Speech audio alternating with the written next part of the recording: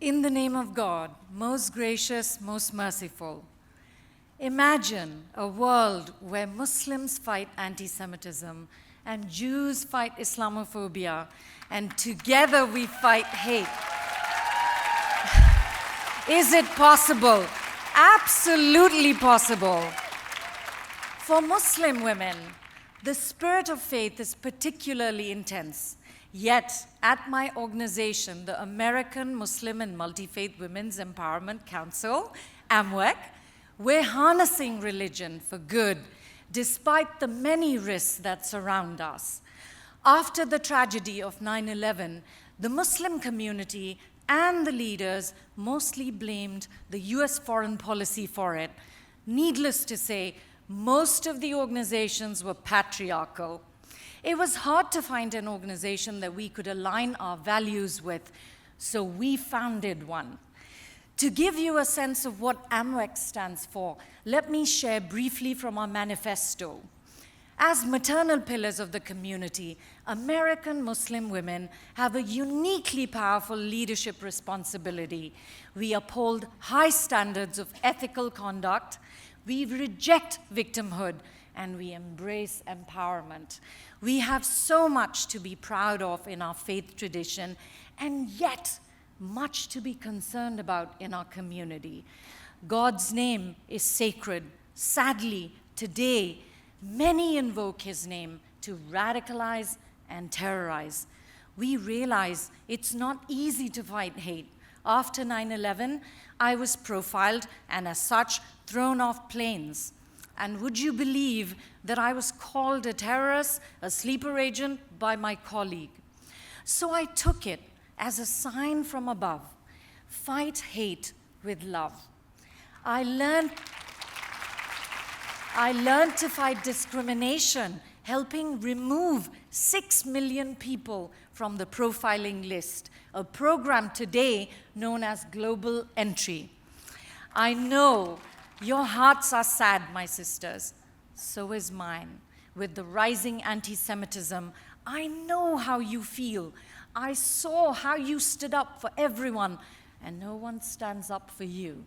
But know this, there are many more like us who've been spiritually resisting anti-Semitism and are now slowly but surely joining our good fight. At AMWEC, we believe in allyship. We collaborated with Combat Anti-Semitism, Shraka, and Hadassah. We hosted interfaith events, town halls, halal and kosher cooking classes, women's healthcare forums, conferences addressing women's issues, and promoted religious freedom. We were the only Muslim women's organization that supported the transformative moment in history when the Abraham Accords were signed. I tell you, we shook the world by taking a groundbreaking trip of Muslims to Israel to check their biases and challenge them. We took 50 Muslims, including an imam from New York, just last year to March of the Living in Poland, where he led the prayers for the lives lost in the Holocaust at Auschwitz. October 7th was indeed a very dark day. A Muslim lawyer friend of mine in Washington, D.C., that day expressed first his condolences, and then suddenly his sympathy just morphed into his hate. And he said, "But don't you think, Anila, that the Jews deserved it?" No, no one deserves it. But this was a precursor of what was to follow.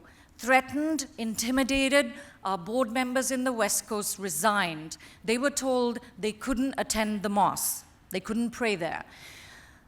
Though it took time, we came out stronger. Today, I have many death threats from terrorist organizations. Yet, I trust that my path is blessed because I know that my religion is about humanity and its message has been hijacked. Allah says to Muslims in the Quran, O mankind, indeed, we have created you from man and female and made you peoples and tribes so that you may know one another, bridging divides and doing interfaith. This is what it means to be a true Muslim, to be introspective, to do the hard thing instead of scapegoating and blaming others for your own ills. And this is what AMWEC is doing, serving its community and its Muslim children. We teach them to resist hatred, shun victimhood, embrace empowerment. So today, I invite you to join me in creating a world where we fight for one another, not against each other. Is that world possible? Yes, absolutely. Shalom alaikum, salam alaikum, Am Israel Chai.